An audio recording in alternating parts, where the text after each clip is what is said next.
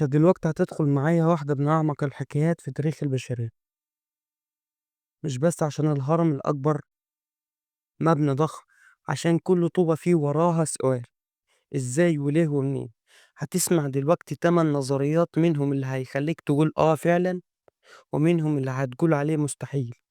بس خد بالك، يمكن النظرية اللي هتسمعها في آخر الفيديو تغير فكرك تماما عن التاريخ كله.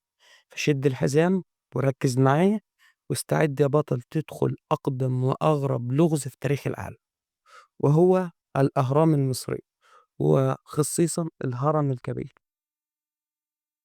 النظرية الأولى اللي بتتكلم تتعلق بكيفية بناء الهرم، ويقولوا إن الفراعنة بنوا الهرم دي بعبقريتهم في الهندسة، ودي نظرية مليون في المية صحيحة.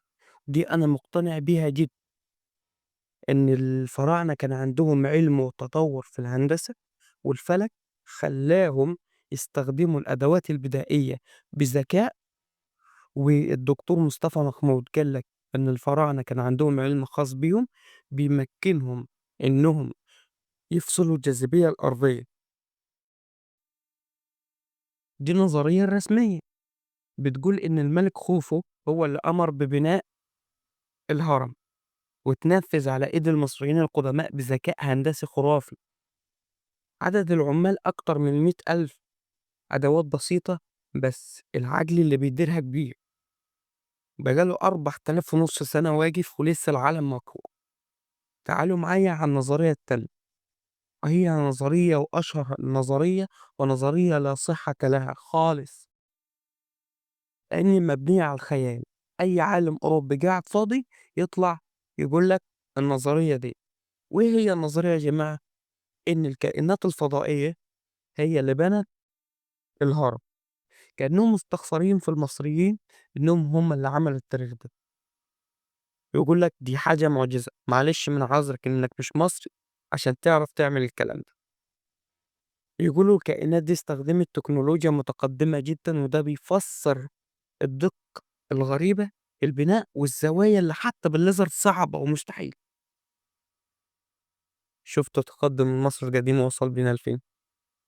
الأدوات الحالية مش عارفة توصل لنفس الدقة. تعالى بينا على نظرية تالت ومستحيلة برضه.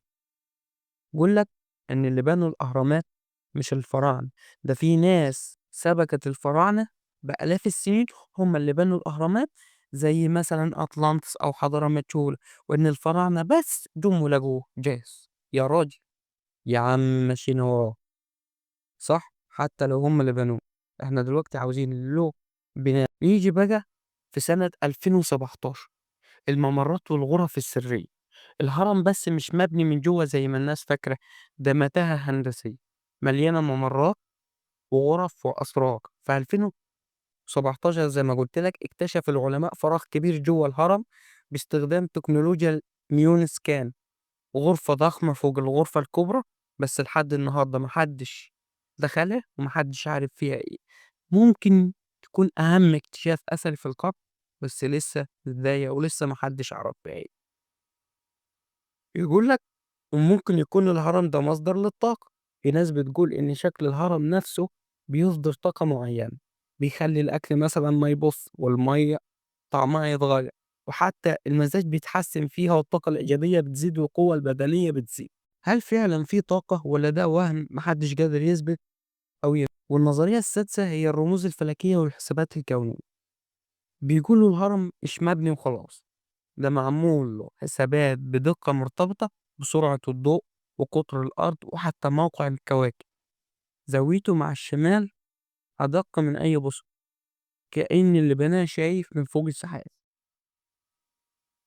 ونيجي من النظرية السابعة، بس قبل ما ندخل في النظرية السابعة اوعى تكون لسه ما عملتش لايك واشتراك. بيقول لك الهرم مش قبر. أيوه، الهرم الكبير ده مش قبر. ليه يا عم الحاج؟ قال لي بص للأهرام التاني. يعني عندك الهرمين التانيين فيهم تابوت، وفيهم موميا، وفيهم نقوش جنائزية. الهرم ده لا فيه موميا ولا فيه نقوش جنائزية، يبقى الهرم ده مش قبر. أمال إيه ومعمول لإيه؟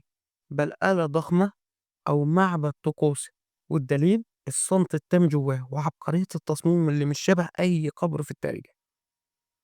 أما النظرية التامنة، زي ما أنت جاري في بداية المقطع، النظرية التامنة دي نظرية لو اتحجّيت هتجلب تاريخ مصر رأسًا على عقب، وهتعيد الحسابات في التاريخ تاني.